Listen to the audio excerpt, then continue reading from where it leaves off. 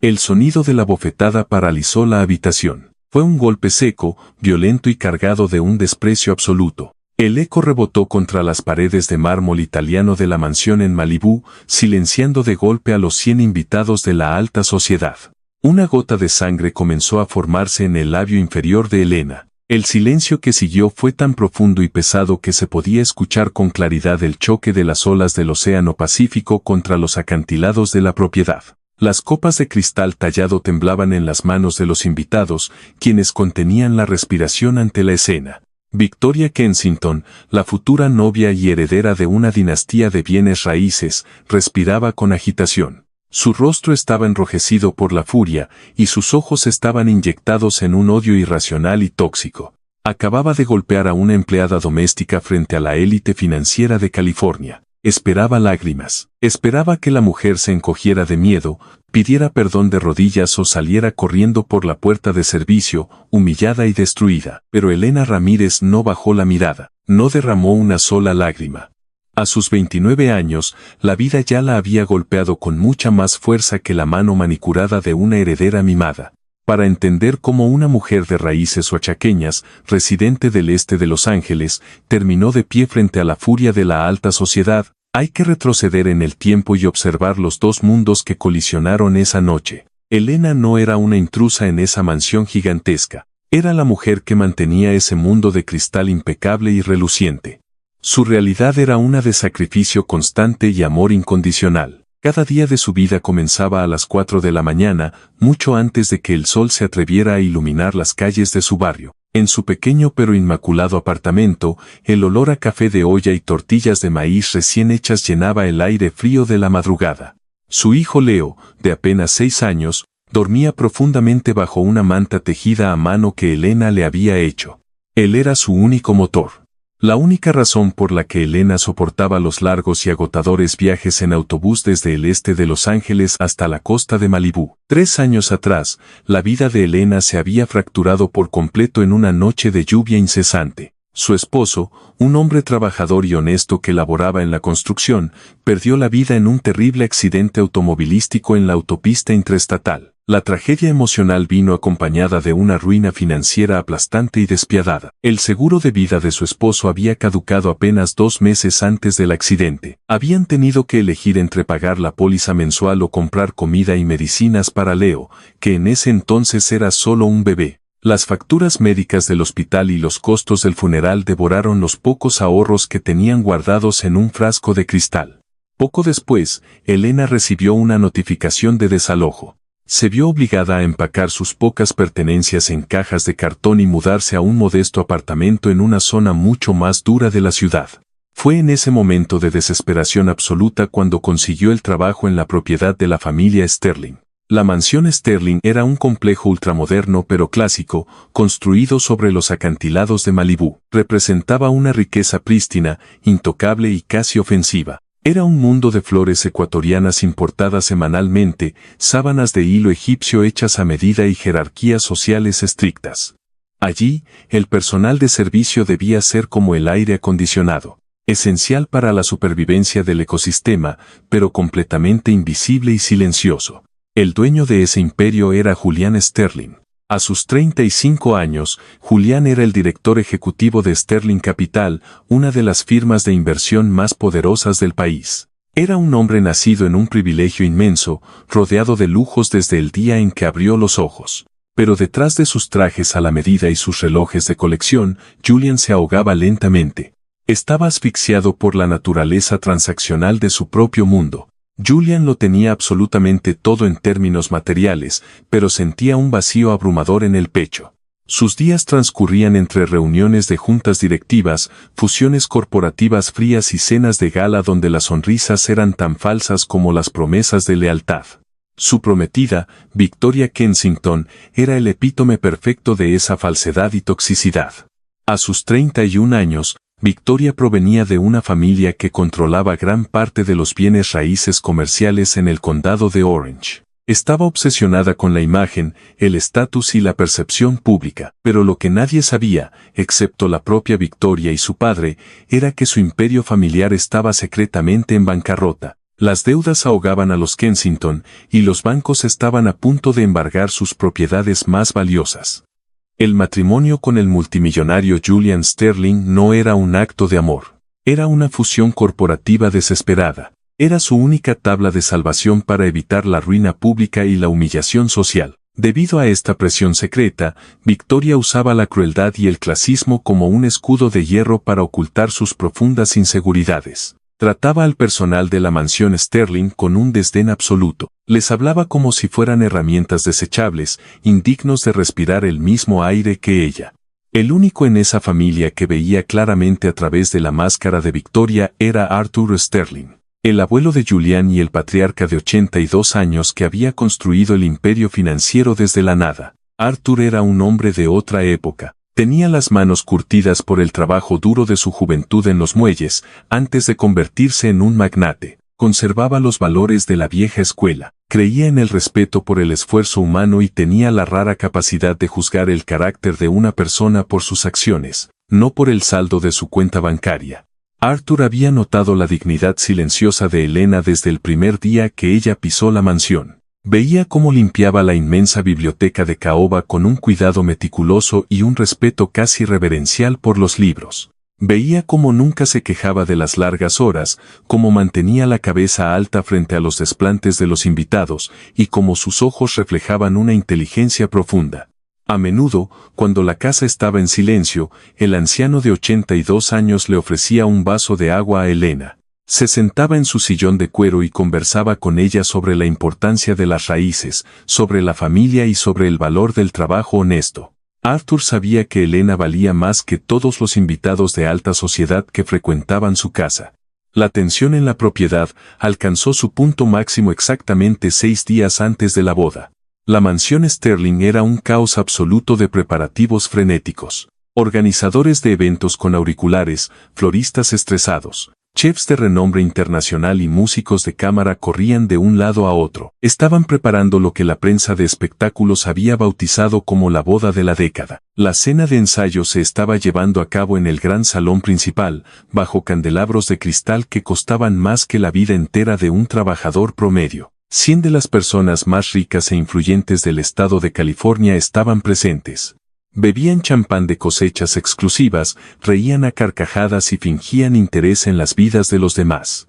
Elena estaba trabajando esa noche, encargada de mantener los pasillos impecables y asistir en lo que fuera necesario, moviéndose como una sombra eficiente. De repente, un grito agudo y lleno de pánico cortó la suave música clásica que tocaba el cuarteto de cuerdas. Victoria bajó corriendo por la gran escalera de mármol. Su rostro estaba pálido, sus manos temblaban violentamente y su respiración era errática. Exigió que la música se detuviera de inmediato. Con voz histérica, anunció que había desaparecido su collar de diamantes. Una reliquia familiar invaluable, asegurada en $200,000. La tensión en la mansión se disparó de 0 a 100 en cuestión de segundos. Los murmullos llenaron el salón mientras los invitados se miraban unos a otros con incomodidad.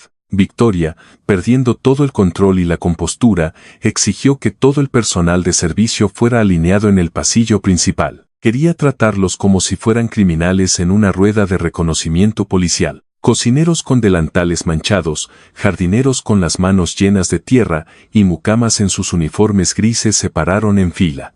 Mantenían la mirada baja, con el corazón latiendo con fuerza por el miedo a perder sus empleos.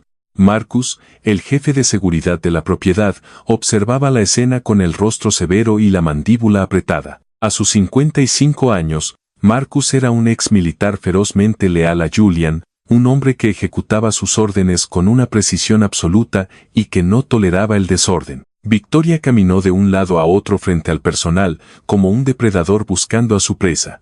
Sus ojos, llenos de veneno y desesperación, se detuvieron abruptamente en Elena. Elena era la única en la fila que no miraba al suelo, la única que, a pesar de su uniforme de servicio, irradiaba una nobleza y una calma que Victoria jamás podría comprar con todo el dinero de su familia. Victoria la señaló con un dedo tembloroso, con la uña perfectamente pintada a centímetros del rostro de Elena. Con una voz cargada de desprecio, dijo que sabía perfectamente que había sido ella. Dijo que la gente de su clase, la gente que venía de esos barrios miserables, siempre estaba buscando la manera de robarle a sus superiores. La acusó de ser una ladrona oportunista que quería aprovecharse de la bondad de la familia Sterling. Elena, completamente inocente y con la conciencia tranquila, mantuvo una calma escalofriante. No se encogió. Le respondió a Victoria con una voz firme, clara y profundamente respetuosa. Le dijo que ella no había tomado absolutamente nada. Le dijo que su honestidad y su nombre eran lo único que poseía en este mundo, y que no permitiría que nadie, sin importar cuánto dinero tuviera, la llamara ladrona frente a los demás. Esa respuesta, esa muestra inquebrantable de dignidad, fue demasiado para el frágil ego de Victoria. Fue entonces cuando la furia tóxica de la heredera se desbordó por completo. Levantó la mano derecha y golpeó a Elena en el rostro con todas sus fuerzas. El sonido de la bofetada paralizó la habitación. Una gota de sangre comenzó a formarse en el labio inferior de Elena. En lugar de llorar, en lugar de llevarse las manos al rostro y salir corriendo por la puerta de servicio como Victoria esperaba, Elena se mantuvo firme como un roble. Se irguió en toda su estatura. Con una calma que heló la sangre de los presentes, Elena miró a Victoria directamente a los ojos. Con una voz que no tembló ni un solo segundo, pronunció palabras que resonarían en esa mansión para siempre. Le dijo que podía golpearla 1000 veces si eso la hacía sentir superior, pero que ningún golpe la haría culpable del robo, y mucho menos haría que Victoria se convirtiera en una mujer decente. Julián, que había presenciado toda la escena desde la puerta del gran salón, sintió que el aire abandonaba sus pulmones de golpe. Estaba horrorizado. No sentía ninguna preocupación por el collar de $200,000. Estaba asqueado por la brutalidad, la bajeza y la crueldad extrema de la mujer con la que estaba a punto de casarse. Ver a Victoria golpear a una mujer indefensa que solo estaba haciendo su trabajo rompió la ilusión por completo. Julián dio un paso al frente, cruzando el pasillo con pasos largos y decididos. Su voz resonó con una autoridad absoluta y cortante, ordenando que la cena de ensayo se detuviera de inmediato. Pidió a los invitados de alta sociedad que se retiraran a los jardines y que no intervinieran. Se acercó a Elena, ignorando por completo a su prometida. Con un gesto de profundo respeto, le ofreció un pañuelo de seda limpio para su labio herido y le pidió disculpas en voz baja, mirándola a los ojos con genuina vergüenza por lo que había ocurrido bajo su techo. Luego, Julián se volvió hacia Marcus, el jefe de seguridad. Con una mirada de acero, le ordenó que revisara cada segundo de las grabaciones de seguridad de las cámaras internas de las últimas 4 horas. Quería saber exactamente qué había pasado con esa joya. La espera que siguió fue agonizante y cargada de una tensión insoportable. Julián, Victoria, Arthur y Elena se reunieron en el estudio privado del abuelo. Era una habitación imponente, rodeada de paredes de caoba oscura, estantes llenos de libros antiguos y el olor a cuero y tabaco fino. El único sonido en la habitación era el tic-tac rítmico de un reloj de pie antiguo. Victoria caminaba de un lado a otro sobre la alfombra persa, respirando con dificultad. Exigía a gritos que llamaran a la policía de inmediato. Decía que era una pérdida de tiempo ridícula revisar las cámaras de seguridad cuando la culpable estaba allí mismo, parada frente a ellos con su uniforme de servicio. Arthur permanecía sentado en su gran sillón de cuero. Observaba a Victoria con una mirada afilada y penetrante que parecía desnudar todas sus mentiras y sus miedos ocultos. Elena, por su parte, esperaba de pie cerca de la puerta. Estaba en silencio, con las manos entrelazadas frente a ella, sosteniendo el pañuelo de seda, con la conciencia completamente tranquila. 15 minutos después, la pesada puerta de caoba se abrió. Marcus entró al estudio. El jefe de seguridad no dijo una sola palabra. Su rostro era una máscara de piedra. Simplemente caminó hacia el gran escritorio de Arthur, colocó una tableta electrónica sobre la madera pulida y presionó el botón de reproducción. Julián, Arthur y Victoria se acercaron a la pantalla. El video de seguridad mostraba claramente el interior de la suite principal de Victoria. La imagen en alta definición la mostraba caminando nerviosamente por la habitación, mirando hacia la puerta para asegurarse de que nadie la observaba. Luego, el video mostraba cómo Victoria abría su propio joyero de terciopelo. Con sus propias manos, sacaba el collar de diamantes de $200,000. Caminaba hacia el armario y escondía la joya en el fondo de una maleta de diseñador que ya estaba empacada y lista para un viaje. Victoria había escenificado el robo ella misma. Había planeado usar a Elena, la empleada más vulnerable de la casa, como un chivo expiatorio desechable. Su objetivo era reportar el robo a las autoridades, culpar a la mucama y cobrar el dinero de la póliza de seguro. Al ver las imágenes irrefutables en la pantalla, el rostro de Victoria perdió todo su color, volviéndose de un blanco cenizo. Sus piernas temblaron violentamente y cayó de rodillas sobre la alfombra persa, incapaz de sostener el peso de su propia mentira. El silencio en el estudio fue aplastante. Entre sollozos desesperados y patéticos, Victoria finalmente se quebró y confesó la verdad. Habló de la bancarrota secreta de su familia. Habló de cómo los bancos estaban a punto de embargar las propiedades comerciales de su padre en el condado de Orange al final de la semana. El fraude al seguro era su último intento desesperado por conseguir dinero en efectivo rápido antes de la boda. Quería evitar que el escándalo financiero saliera a la luz y arruinara su imagen pública perfecta. Julian la miraba desde arriba, sintiendo una mezcla de asco profundo y una tristeza abrumadora. No estaba devastado por el intento de robo del dinero. Para él, $200,000 eran una cifra insignificante, un error de redondeo en sus cuentas corporativas.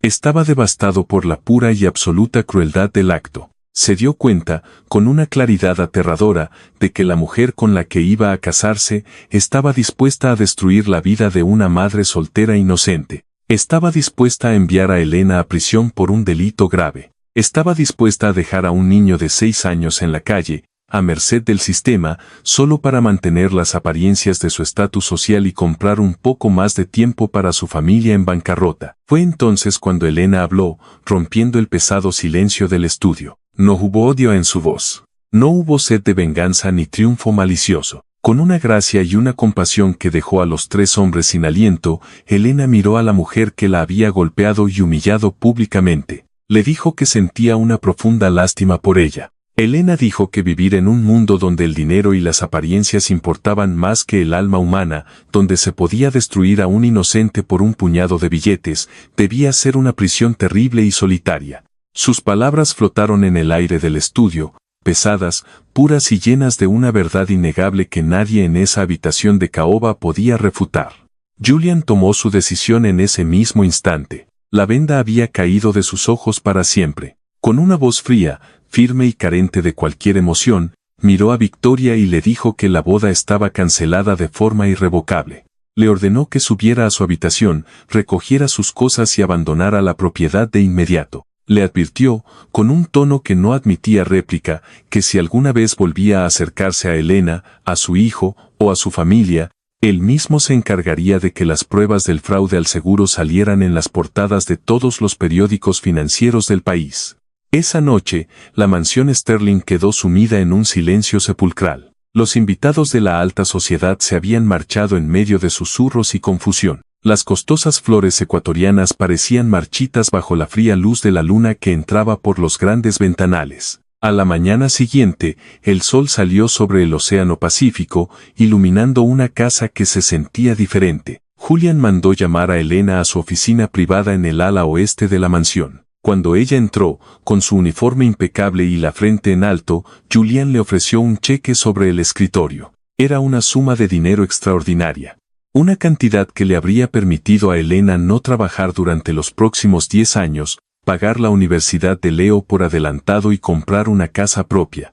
Era la forma torpe en la que Julian intentaba limpiar la inmensa culpa que sentía por lo que había ocurrido bajo su techo y bajo su supuesta protección. Elena miró el cheque sobre el escritorio de cristal. Luego levantó la vista y miró a Julián a los ojos. Con voz suave pero absolutamente firme, rechazó el dinero. Le dijo que agradecía el gesto, pero que su dignidad no estaba a la venta. Le explicó que no aceptaría caridad ni dinero por un error y un abuso que ella no había cometido. Dijo que seguiría trabajando, ganándose su sueldo con el sudor de su frente, porque eso era lo que le enseñaría a su hijo sobre el valor de la vida. Ese rechazo silencioso y poderoso golpeó a Julian más fuerte que cualquier crisis financiera en su carrera.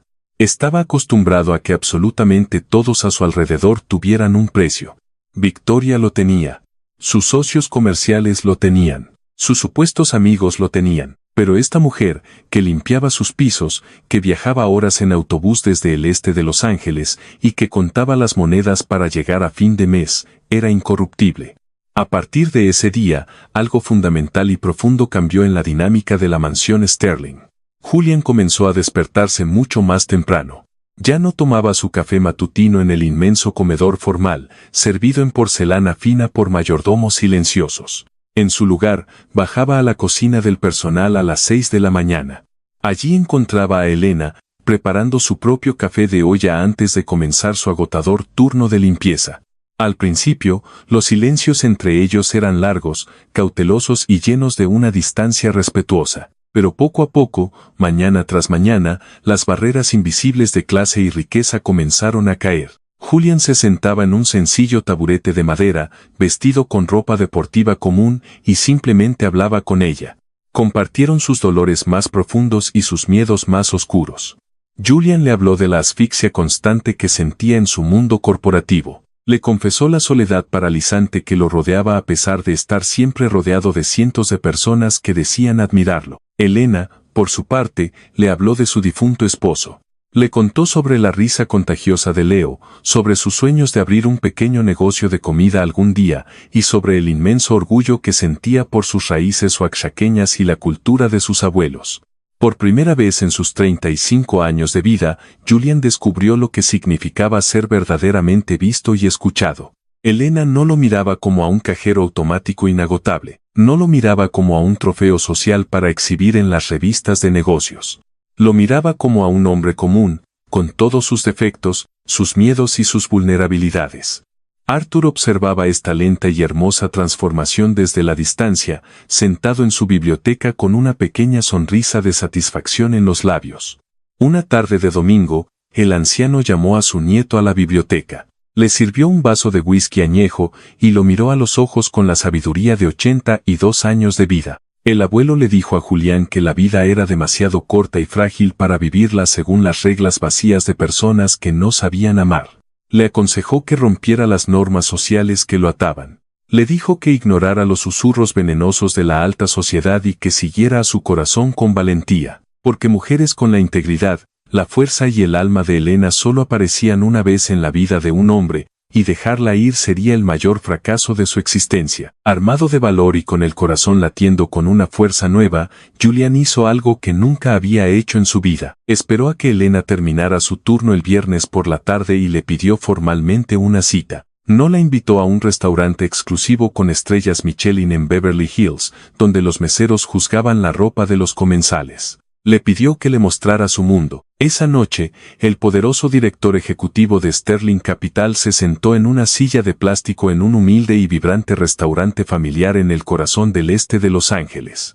El lugar olía a especias, a carne asada y a vida real. Comieron tacos al pastor servidos en platos de barro, bebieron agua de horchata fría y rieron hasta que les dolió el estómago, rodeados del ruido de la música y las familias del barrio. Fue allí, en esa pequeña mesa, donde Julian conoció formalmente a Leo. El niño de 6 años, con sus grandes ojos oscuros y su sonrisa tímida, estaba obsesionado con los autos de juguete que hacía rodar sobre la mesa. Leo no tenía la menor idea de que el hombre sentado frente a él era un multimillonario que controlaba empresas globales.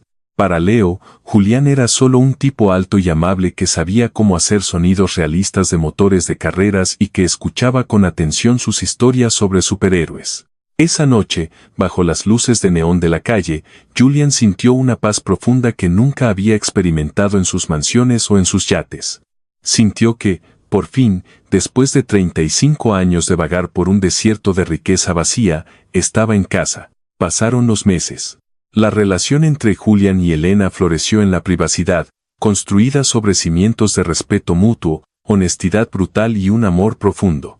Se mantuvieron lejos de los flashes de las cámaras de los paparazzi y de los chismes malintencionados de la élite de Los Ángeles. Pero el pasado rara vez desaparece sin luchar. Una tarde lluviosa de noviembre, Victoria apareció sin previo aviso en las oficinas corporativas de Sterling Capital en Century City. Logró burlar la seguridad del vestíbulo y subió hasta el piso ejecutivo. Estaba desesperada, demacrada y al borde del colapso total. Su familia había perdido casi todo en los tribunales de bancarrota. Entró a la inmensa oficina de cristal de Julian con el maquillaje corrido y los ojos llorosos. Le rogó que la perdonara. Le suplicó que le diera otra oportunidad, que la salvara de la ruina pública, prometiendo que sería la esposa perfecta que él necesitaba para su imagen corporativa. Cuando Julian, sentado detrás de su escritorio, se negó rotundamente y con voz calmada, la verdadera naturaleza de Victoria volvió a salir a la luz, más fea que nunca. Al ver que sus lágrimas falsas no funcionaban, se llenó de veneno. Comenzó a gritar y a usar insultos clasistas y racistas contra Elena. Le preguntó a Julian, con una voz cargada de asco, cómo podía rebajarse a estar con una simple mujer de limpieza. Le preguntó cómo podía compartir su vida con alguien del este de Los Ángeles, una mujer que, según ella, ni siquiera sabía cómo sostener una copa de vino correctamente en una cena de negocios. Julian no gritó, no se levantó de su silla ni perdió la compostura. Simplemente la miró con una frialdad absoluta que congeló las palabras en la garganta de Victoria. Con un tono bajo y letal, le dijo que Elena tenía más clase, más inteligencia, más nobleza y más valor en un solo dedo de su mano callosa que toda la dinastía Kensington junta a lo largo de su historia. Le dijo que la verdadera pobreza no era la falta de dinero, sino la falta de alma, y que Victoria era la persona más pobre que había conocido en su vida. Julian presionó el botón del intercomunicador. Le ordenó a seguridad que escoltara a Victoria fuera del edificio inmediatamente y le prohibió la entrada a cualquier propiedad de Sterling Capital de por vida. Mientras veía a Victoria ser arrastrada hacia los ascensores, Julian se dio cuenta con absoluta certeza de que no quería una vida de imagen, de portadas de revistas y de mentiras elegantes. Quería una vida de verdad. La resolución de su historia no ocurrió en una playa exótica en el Mediterráneo, ni con un anillo de diamantes escondido en una copa de champán en un restaurante francés. Ocurrió en el lugar exacto donde todo había comenzado a sanar. Fue en la gran cocina de la mansión en Malibú, a las 7 de la mañana de un martes cualquiera. Elena llevaba puesto su uniforme de trabajo, preparándose para comenzar su día, con el cabello oscuro recogido en una trenza sencilla que caía sobre su espalda. El olor a café recién hecho y a pan tostado llenaba el aire cálido de la habitación. Julian entró a la cocina vestido con unos pantalones de lona y una camisa arremangada. Se acercó a ella, tomó sus manos, esas manos marcadas por años de trabajo duro, y se arrodilló sobre el frío piso de baldosas. No hubo discursos grandilocuentes ni fotógrafos escondidos. Solo un hombre entregando su corazón por completo a la mujer que le había salvado la vida y le había enseñado a ser humano. Le pidió que se casara con él, le pidió que le permitiera ser el esposo que ella merecía y el padre que Leo necesitaba. Leo, que estaba sentado en la mesa de la cocina en pijama, comiendo un tazón de cereal, detuvo su cuchara en el aire. Fue el único testigo de la alegría pura y abrumadora que estalló en ese momento. Elena, con lágrimas de felicidad genuina brillando en sus ojos, apretó las manos de Julian y dijo que sí. La narrativa de sus vidas avanzó rápidamente hacia un día soleado de primavera en los inmensos jardines de la propiedad en Malibú. No hubo cientos de invitados de la alta sociedad. No hubo prensa, ni revistas de moda, ni helicópteros sobrevolando la zona. Fue una boda íntima, real y profundamente emotiva, de apenas 60 personas. En las sillas blancas dispuestas sobre el césped, estaban sentados los amigos del barrio de Elena del este de Los Ángeles. Estaban los compañeros de trabajo de la mansión, los jardineros, los cocineros y el personal de seguridad, todos vestidos con sus mejores trajes, compartiendo la alegría como iguales. En la primera fila estaba Arthur Sterling, con su elegante traje de gala y apoyado en su bastón, llorando de orgullo al ver a su nieto encontrar la verdadera felicidad. Y en el altar, bajo un arco de flores sencillas, estaba Julian, sosteniendo la mano de Elena, mientras Leo, vestido con un pequeño traje a medida, sostenía los anillos con una sonrisa gigante. Con el paso del tiempo, Elena no se convirtió en una esposa trofeo que pasaba sus días en spas y tiendas de diseñador. Se negó a olvidar de dónde venía y a quienes había dejado atrás. Utilizó los inmensos recursos financieros y el apoyo incondicional de Julian para establecer una fundación sin fines de lucro de alcance estatal. Una organización dedicada exclusivamente a proteger, educar y asesorar legalmente a los trabajadores domésticos explotados y abusados en California. Les dio una voz a los invisibles. La historia de Elena y Julian se convirtió en un testimonio silencioso pero increíblemente poderoso en un mundo obsesionado con lo superficial. Demostró, contra todas las probabilidades, que la verdadera dignidad humana no se puede comprar, vender ni destruir con todo el oro del mundo. El respeto no se exige con gritos histéricos, ni se impone con bofetadas o amenazas de poder. El respeto se gana con la integridad inquebrantable de las acciones diarias, en la oscuridad, cuando nadie está mirando. Al final, la forma en que tratamos a los que tienen menos poder que nosotros, a los que nos sirven el café, a los que limpian nuestros pisos y a los que consideramos invisibles, es el único y verdadero reflejo de nuestro carácter. Y en esa medida, Elena Ramírez era la mujer más rica del mundo, mucho antes de heredar el apellido Sterling.